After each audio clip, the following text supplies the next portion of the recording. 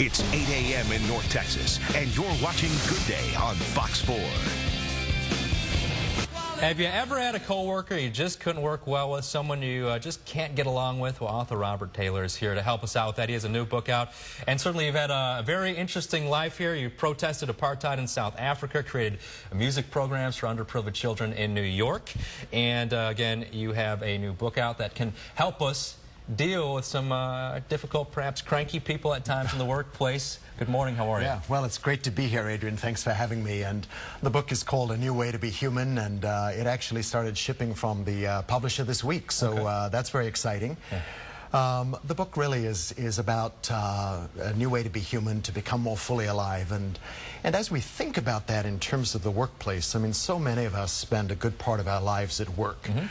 And work, I think, has the potential to be a place that's draining in its energy, or else that is life-giving in its energy. And so the three sort of tips, I think, are one, to be able to practice kindness. Now, saying that, you need to, as a human being, be at a place where you're able to be kind about yourself, to yourself, and who you are, and all of the, the complexity of what makes us people.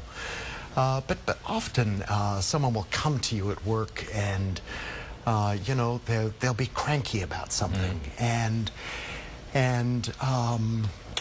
people live under enormous stress with facing the urgent, like, got to get those emails responded to, there's deadlines, and not able to focus on the really important big picture issues. But when you're able with that colleague or co-worker to say something kind about them, it could be the simplest of things. You begin to notice a shift in the relationship, and it starts to have a ripple effect in the workplace. Well, practice and kindness, is there ever a place to introduce constructive conflict? That's a great question. There certainly is a way to address conflict head on. I mean, I think many of us are conflict averse. Few of us say that we really like conflict. But when we actually put ourselves into it and say, this needs to be addressed, it sort of slays the elephant in the room, and you cease to give that little thing that's nagging at you, your fears about conflict, you cease to give it power.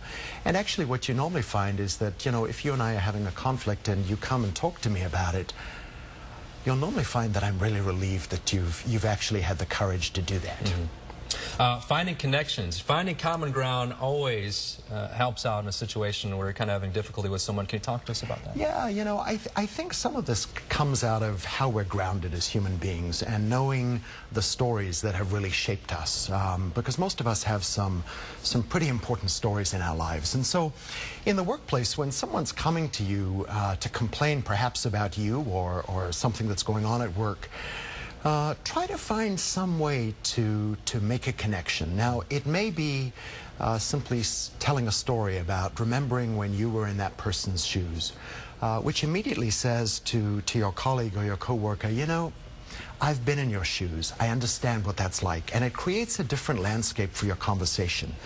But in the course of day-to-day stuff, not just in a situation where someone is angry, annoyed about something, try to find those stories that connect you.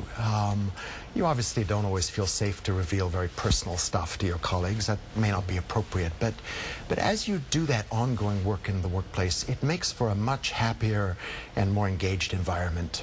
And your book here and your thoughts endorsed by some pretty heavy hitters here. Desmond Tutu, right? The Nobel Peace Prize winner. Yes. And Deepak? Yes, Deepak Chopra has endorsed the book, and I'm thrilled. He's read it and loves it, and Tutu has been a mentor of mine, and so there are just great endorsers of the book.